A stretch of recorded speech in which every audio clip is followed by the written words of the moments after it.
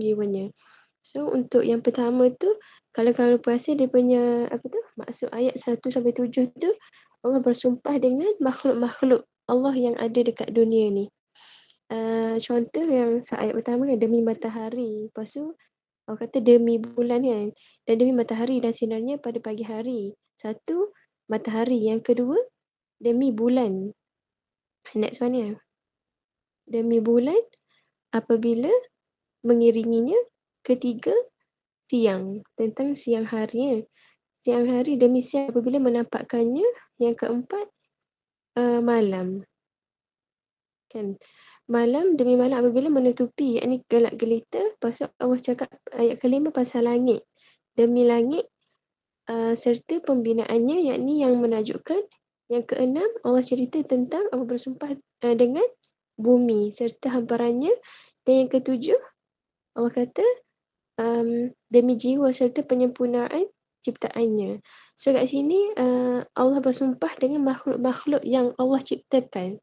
So maksudnya Allah kata sebab Allah yang cipta kita panggil alam buana ni, dan mereka tu contoh matahari, bumi, siang, malam, apa lagi, siang, malam, langit dan bumi. Maksudnya mereka tu ataupun makhluk-makhluk alam buana ni turut apa yang Allah perintahkan kan.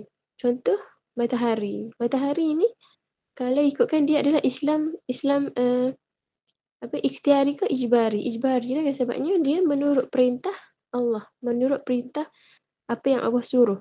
Kalau lah contoh matahari tu rasa macam dia rasa tak usah dia ikut perintah Allah, apa yang jadi agak-agaknya dekat bumi kan. Kalau contoh dia kata, kalau lah dia kata nak beredar lari sikit daripada orbit yang Allah tetapkan tu, agak-agak musnah lah kan bumi ni.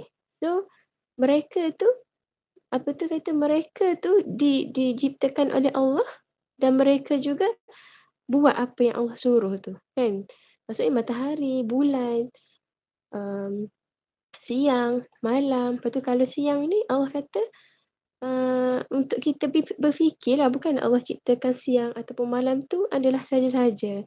Allah nak kita berfikir, siang ni kita buat apa? Biasanya siang kan, kalau siang biasanya kita bekerja lah kan. So masa tu kalau orang-orang yang macam tak merasai waktu ataupun tak merasai waktu siang tu macam mana, mungkin dia just go through macam tu je lah. Maksudnya dia tak memanfaatkan waktu-waktu siang ataupun waktu-waktu malam tu dengan sepenuh hati ataupun dengan sebaik mungkin tu lah. Dan malam biasanya orang beribadah kan. So maksudnya Allah nak kita ingat bahawasanya apa yang Allah ciptakan tu ada something yang Allah nak tunjuk lah kan. So langit, bumi. So Allah ciptakan langit ni nak suruh kita fikir bahawasanya langit ni, kalau kita tengok langit tu tak ada tiang pun. Langit tak ada tiang, macam mana dia boleh berdiri sendirinya tanpa maksudnya tak ada tiang. Dan dekat kalau kita tengok langit kan, langit tu terdapat banyak planet, terdapat banyak bintang-bintang yang macam cakrawala yang macam tak ada siapa pun yang boleh buat benda tu selain dengan keyakinan Allah, dengan keyakinan kita bahawasanya kita tahu tu adalah Allah yang ciptakan. Betul tak? So maksudnya benda-benda ataupun makhluk alam yang Allah buat ni untuk kita fikir. Bukannya benda yang saja Allah buat.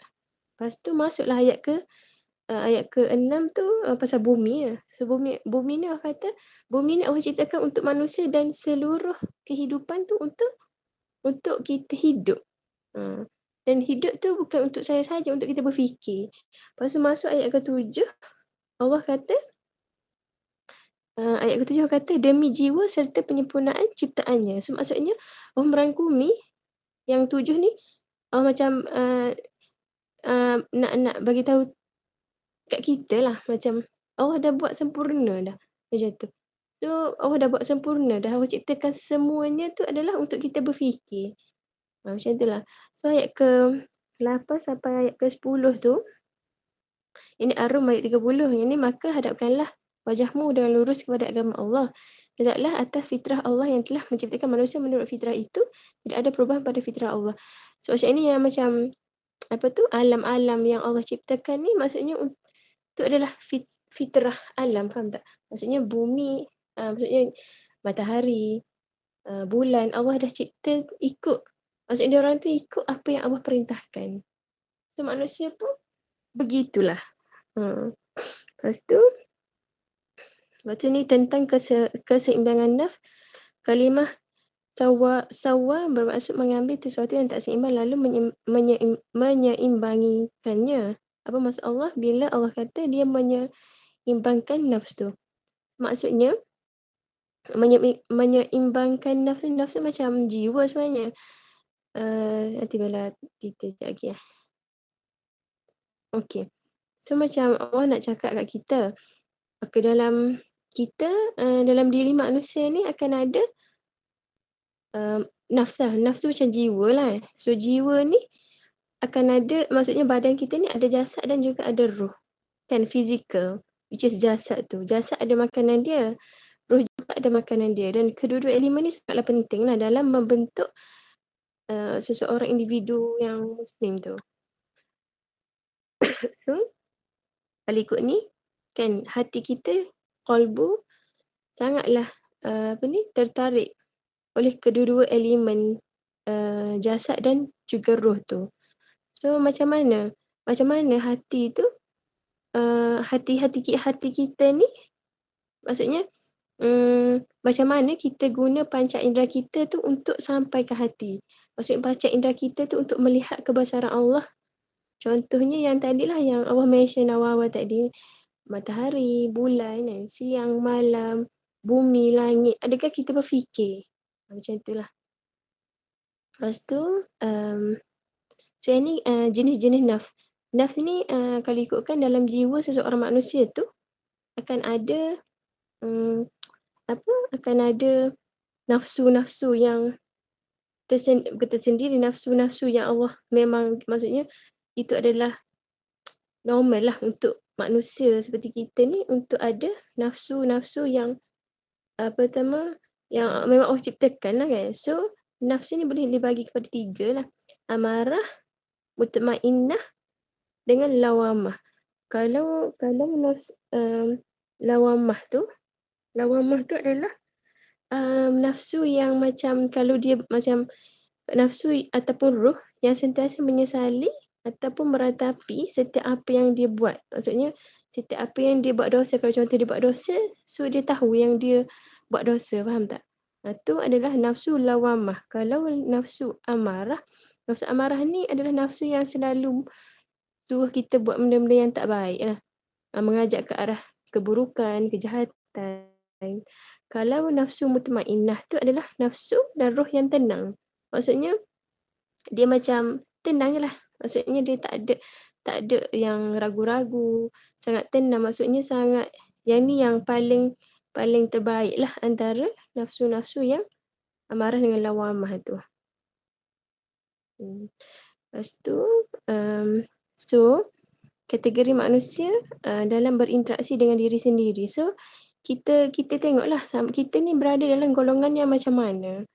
Dan golongan sama ada golongan yang bermujahadah melawan nafsu, ataupun golongan yang menjadi hamba kepada hawa nafsu kita sendiri, ataupun golongan yang sesekali melawan ataupun sesekali akur dengan nafsunya. So maksudnya kita sendiri boleh klasifikasikan kita punya nafsu tu dekat mana kan.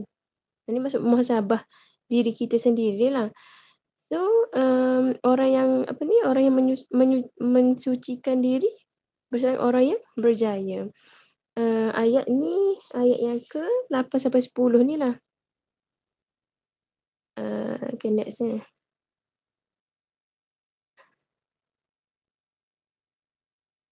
Ayat 8 sampai 10. So ayat 8 tu kata, maka dia mengilhamkan kepadanya jalan kejahatan dan ketakwaan.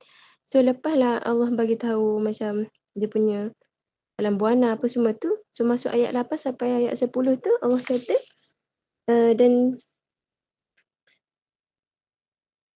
kemudian Allah mengilhamkan kepadanya jalan kejahatan dan jalan takwa. Maksudnya Allah bagi 2 pilihan.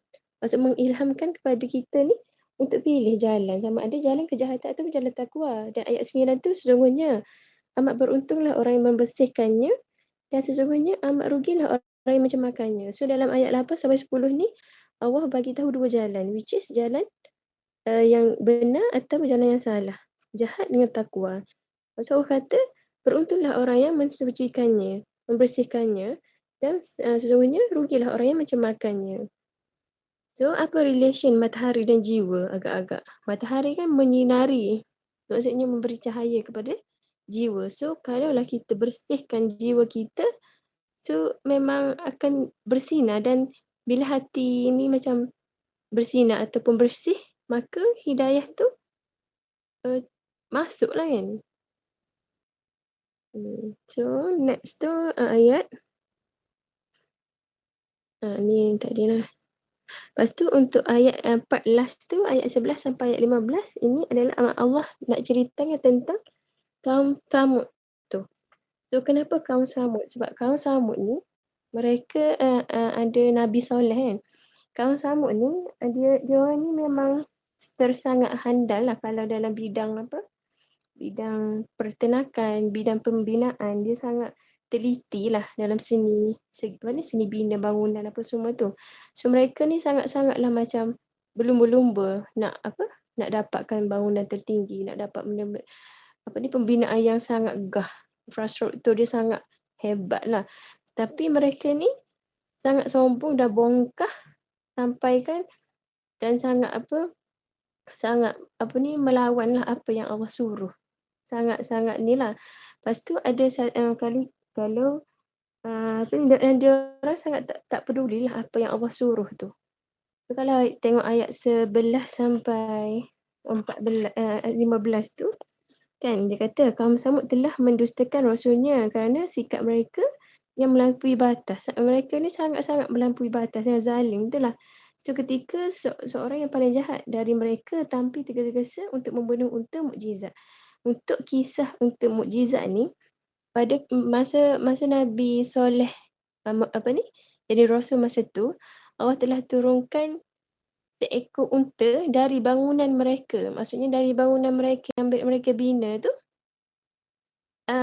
tanpa ada, maksudnya dia tiba-tiba keluar daripada bangunan. So mukjizat lah kan. Kalau maksudnya tak ada ibu lah, tak ada ibu yang melahirkan yang kita nampak tu tak. Tapi Allah adakan mukjizat lah, mukjizat Nabi Soleh, unta yang daripada bangunan mereka tu macam tak logik lah kan. So mereka ni sangatlah tak apa ni, tak percaya gitulah. So Allah perintahkan kepada mereka untuk tidak membunuh lah. Untuk sini kan dia kata ketika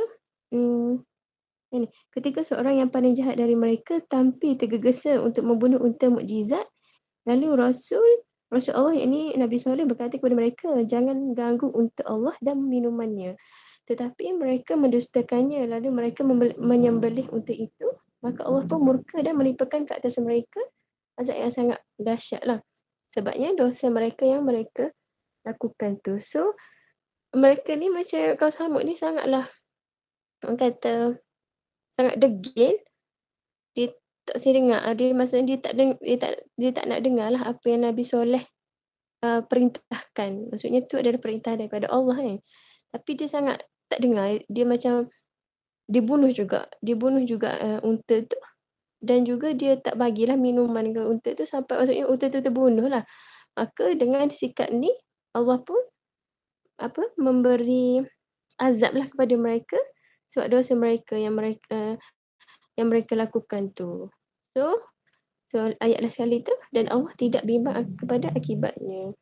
So macam itulah nak katanya bermula tu Allah cerita part yang pertama tu Allah cerita dia punya alam bawah tanah, penciptaan alam bawah tanah untuk kita fikir. Kan, untuk kita fikir bahawasanya setiap apa yang Allah ciptakan ni adalah untuk kita. Lepas tu ayat 8 sampai 10 tu Allah cerita, Allah ilhamkan kepada kita untuk pilih 2 jalan, iaitu kejahatan dan kebaikan tu. Lepas tu ayat last yang 14 tu Allah ceritakan tentang apa tu, kaum Samud yang mengotori jiwa mereka. Gitulah. So itu je lah. part yang pembahagian surah ni lah.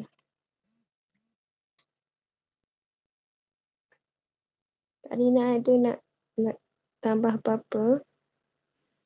To add on. Assalamualaikum.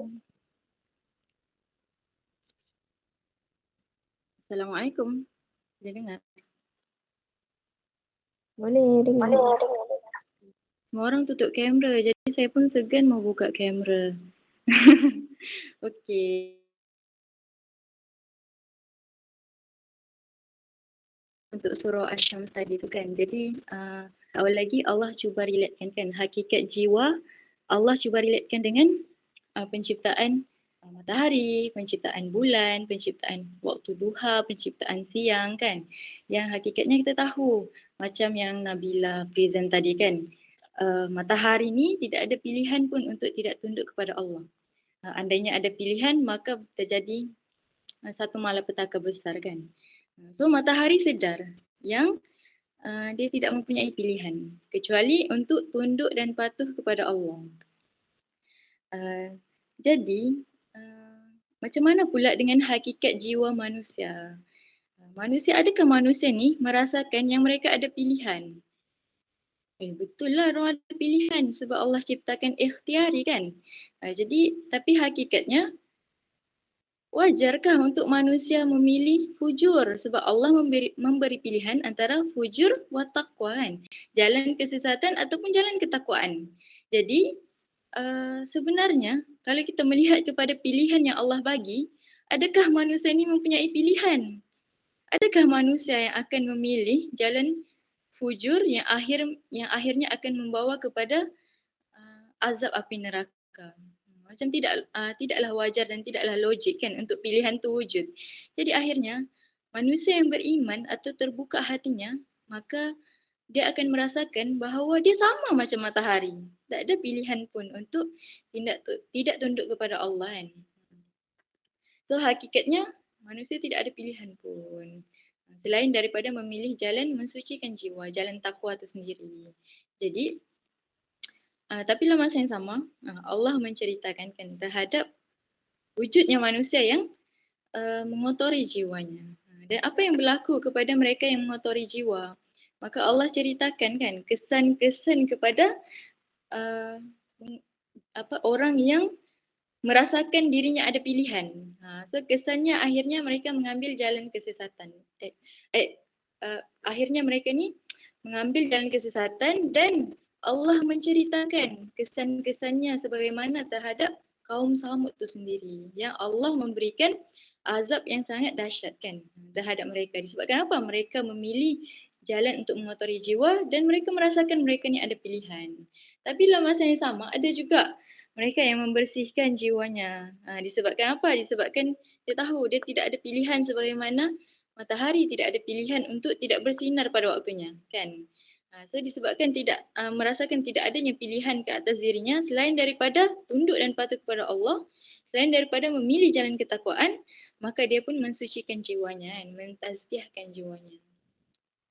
Jadi keadaan manusia ni, mereka sebenarnya bila Allah kata dalam ayat qad aflahal man zakkaha wa qad khaba man dassaha kan. Allah kata sesungguhnya amat beruntung orang yang membersihkannya dan sesungguhnya amat rugilah orang yang mencemarkannya kan. Daripada ayat tu Allah ni memberitahu bahawa manusia ni ada upaya dan kekuatan untuk memilih. Walaupun Allah bagi pilihan, Allah kata apa? Allah akan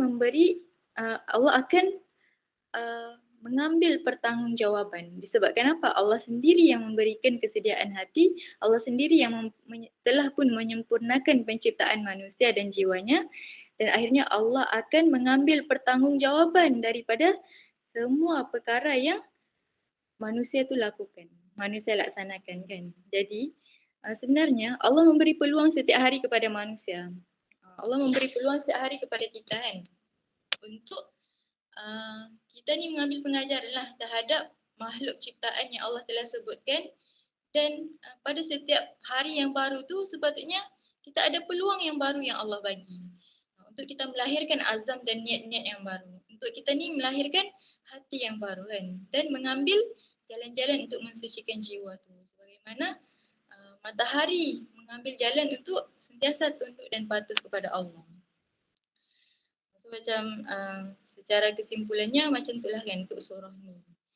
Jadi muasafat yang kita boleh tanamlah daripada surah ni sendiri adalah daripada Salimul Aqidah tu, yang pertama menerima sepenuhnya kan apa yang datang daripada Allah dan menolak sesuatu yang diturunkan selain daripada Allah.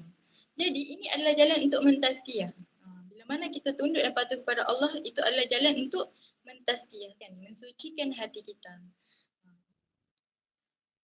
Kalau dalam sahihul ibadah, yang pertama adalah menjauhi dosa-dosa besar.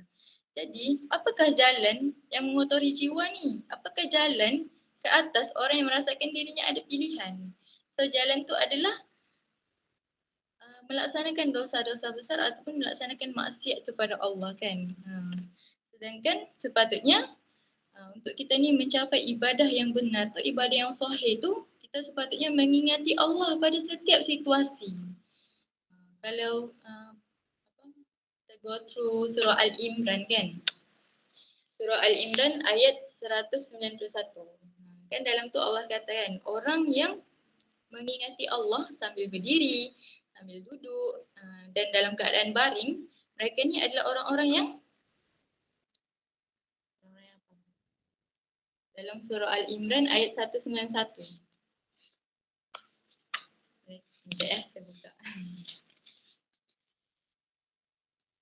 Mereka yang mengingati Allah sambil berdiri, duduk atau dalam keadaan berbaring dan mereka memikirkan tentang penciptaan langit dan bumi. So akhirnya orang-orang yang memikirkan tentang penciptaan langit dan bumi ni, lahirlah perasaan ketakutan ke atas mereka terhadap seksa neraka. Terhadap azab yang Allah telah janjikan kepada orang-orang yang ingkar atau orang-orang yang tidak menjauhi dosa-dosa tadi. Dan menahan anggota daripada perkara-perkara yang haram. Okay. Lepas tu kalau perasan kan dalam muasafat sahihul ibadah tu salah satunya dianjurkan juga untuk kita ni sentiasa bersuci ataupun dalam kurungan dia bagilah berwuduk. Tapi hakikatnya kita tahu even amal wuduk tu sendiri pada setiap titisan air wuduk yang membasuhi anggota-anggota kita tu, dia tengah membasuh dosa-dosa pada anggota-anggota kita kan. Sejauh mana kita memaknai wuduk tu, sebenarnya wuduk tu telah pun mensucikan kita sepatutnya pada luar dan juga pada dalamnya sendiri. Pada dosa-dosa yang mungkin kita lakukan pada anggota-anggota tersebut kan. Jadi itu pun adalah salah satu jalan untuk mensucikan diri kita. Dan mensucikan jiwa kita tu sendirilah. Satu lagi dalam mujahadatul nafsi, menguasai diri. Apabila kita kata tentang menguasai diri ni, maka benda yang paling signifikan adalah menjauhilah tempat-tempat kelalaian ataupun tempat-tempat maksiat. Sebab boleh jadi kita ni tak melaksanakan pun kelalaian atau maksiat tu, tapi kalau kita tengok kan dalam kisah kaum Samud tu sendiri kan, yang membunuh menyembelih unta tu mungkin seorang je sebenarnya kan kalau ikutkan sirah kan, tapi Allah mengazab keseluruhannya. Disebabkan apa? Disebabkan mereka seolah-olah meredai terhadap tindakan yang dibuat tu. Seolah mereka mengiyakan kan, walaupunlah mereka tidak menyembelih sekali, tapi mereka tidak menegakkan apa yang benar dan tidak menghalang apa yang salah pada waktu tu. Dan akhirnya Allah mengazab kesemuanya sekali dan Allah mensematkan dalam surah ni sendiri kan, dalam surah Asy-Syams ni mereka Allah menggunakan perkataan namun mereka mendustakannya serta menyembelihnya. Seolah-olah mereka ni menyembelih ramai-ramai kan, dan Allah binasakan mereka ramai-ramai. Tapi sebenarnya bukan, sebenarnya hanya seorang je yang menyembelih, tapi akhirnya Allah azab kesemuanya disebabkan tidak ada orang yang menegakkan kebenaran pada waktu itu dan seolah-olah meredai terhadap tindakan menyembelih itu kan. Jadi sebab itulah pentingnya untuk kita kuasai diri kita, menjauhi tempat-tempat kelalaian yang mungkin akhirnya Allah akan binasakan kita sekali, ataupun kitalah yang mengeluarkan manusia itu daripada kelalaian dan maksiat kan, supaya akhirnya kita tidaklah tergolong dalam kalangan orang-orang yang Allah azab sekali. Okey. Jadi ini sekadar cadangan lah kalau daripada saya sendiri. Perkara yang kita boleh tengok balik setelah go through surah ni, apa benda yang kita boleh follow up adalah yang pertamanya adalah mutaba'ah amal itu sendiri kan. Sebab kita tahu jalan-jalan untuk mensucikan diri ni adalah melalui penjagaan mutaba'ah amal tu. Dan kita tahu juga masa kita ni sentiasa akan dipenuhi. Kalau tidak dipenuhi dengan kebaikan, tidak dipenuhi dengan tazkiyah mensucikan diri, maka akhirnya akan dipenuhi juga. Tapi dengan perkara-perkara yang boleh mengotori jiwa kan. Auzubillah min zalik. So itu yang pertama lah. So, apa benda lagi yang boleh kita buat yang kedua adalah mungkin kita bolehlah mengadakan bi'ah mentazkiyahkan jiwa tu. Apa maksud bi'ah mentazkiyahkan jiwa? Sebagai contoh lah kan. Kita orang, kalau kita orang di sini kan, ramai je adik-adik yang struggle dalam membuat consistently menjaga mutaba'ah tilawah ataupun yang paling struggle adalah hafazan. Jadi untuk beberapa waktu telah pun applykan bi'ah ni untuk mereka ni lebih terbooster lagi menghafaz. Jadi mungkin boleh adakan hafazan awal yang semua orang boleh duduk sama-sama, hafaz sama-sama, mensucikan jiwa tu sama-sama.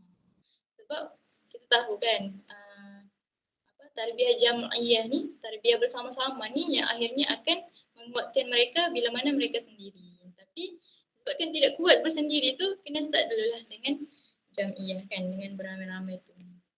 Jadi mungkin boleh fikirkanlah apa bi'ah yang kita boleh wujudkan supaya semua orang boleh duduk dan sama-sama mentazkiyahkan jiwa. Okey, lepas tu satu lagi, kita akan ada banyak waktu yang terluang atau banyak waktu untuk mengisi pilihan yang kedua tadi tu kan, mengotori jiwa tu, ataupun mengisi masa kita dengan kelalaian, jiwa kita dengan kelalaian. Sekiranya kita tidak ada benda yang kita mau buat kan. Jadi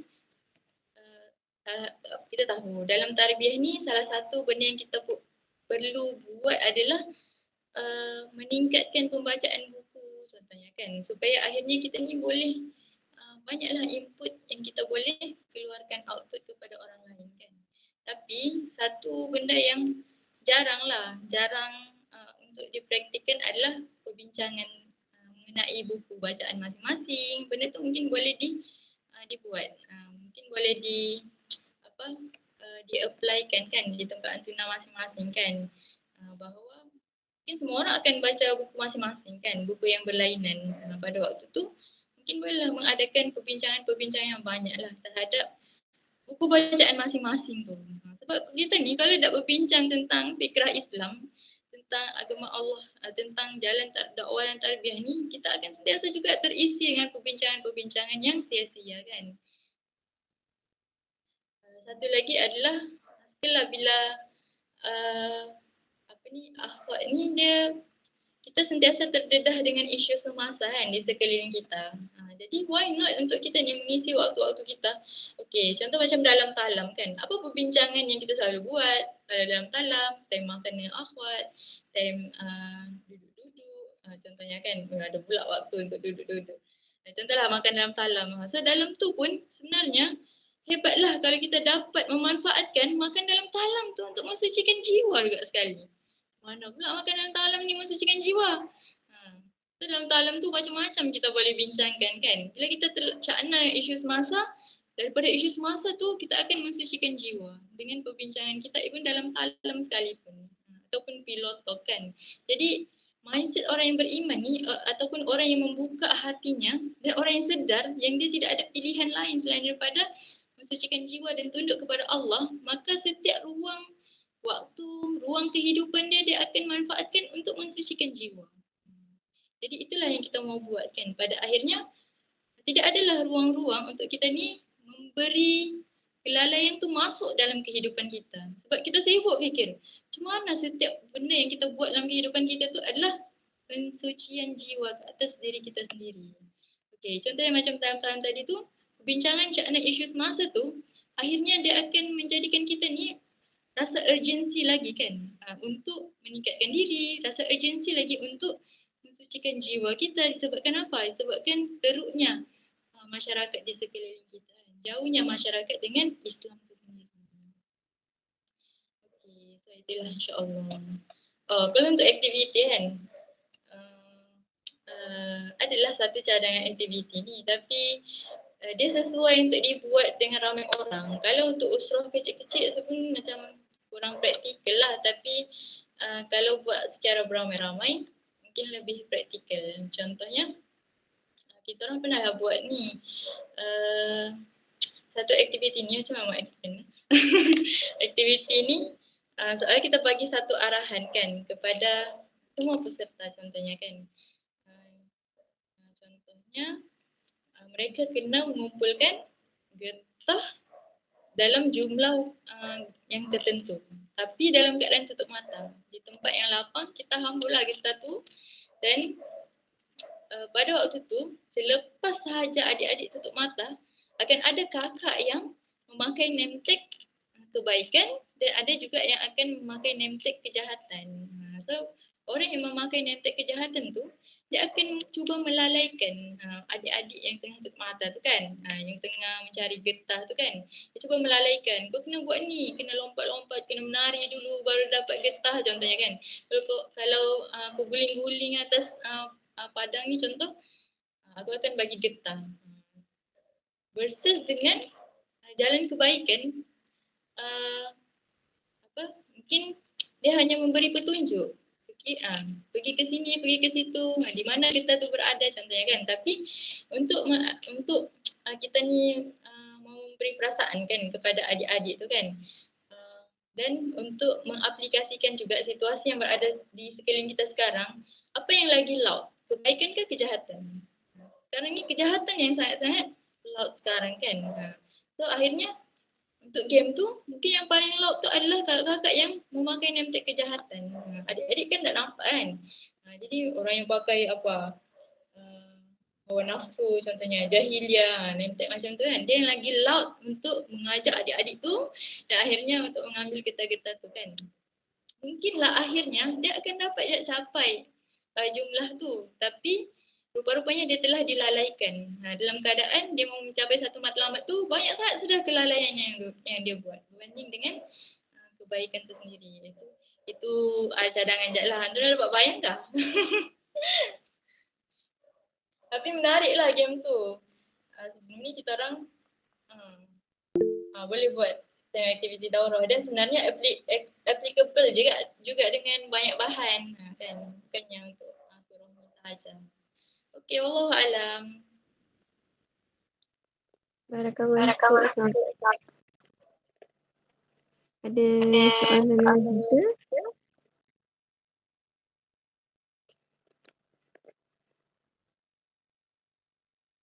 Tak ada dah. Kak Dibah. Tak ada cukup. Sebabnya dah banyak je kan apa yang Halina dah share tadi kan. Cuma kalau macam surah Asy-Syams ni benda yang pertama apa yang macam main thing juga pasal pilihan tu lah kan.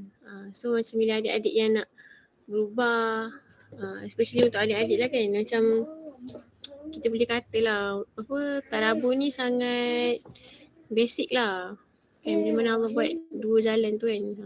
Itulah kot lain-lain wasafat, aktiviti yang menarik lah. Okay, tadi dah ta'aruf sikit ke Halina? Tadi mana? Dia dah ta'aruf tak? Belum. Lagi masuk je terus. Boleh Ta'aruf sikit. Nama Herlina, boleh panggil Lin. Saya Afat Sabah, boleh faham je kan saya punya bahasa? Faham je. Mau tahu apa? Nanti jalan Sabah ke? Jalan Sabah ke? Bawa Kak Adibah. Bersama Siddiq dan adiknya. InsyaAllah. Okay. Kalau tak ada apa-apa, tutup majlis. Kita orang nak sambung benda lain. Barakallahu fiik.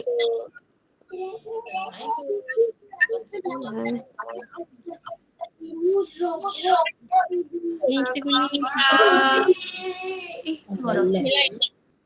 macam ni. Sebabnya masa nak habis kan nanti. Apa Kak? Kita guna Google Meet lain, link lain ke? Takut dia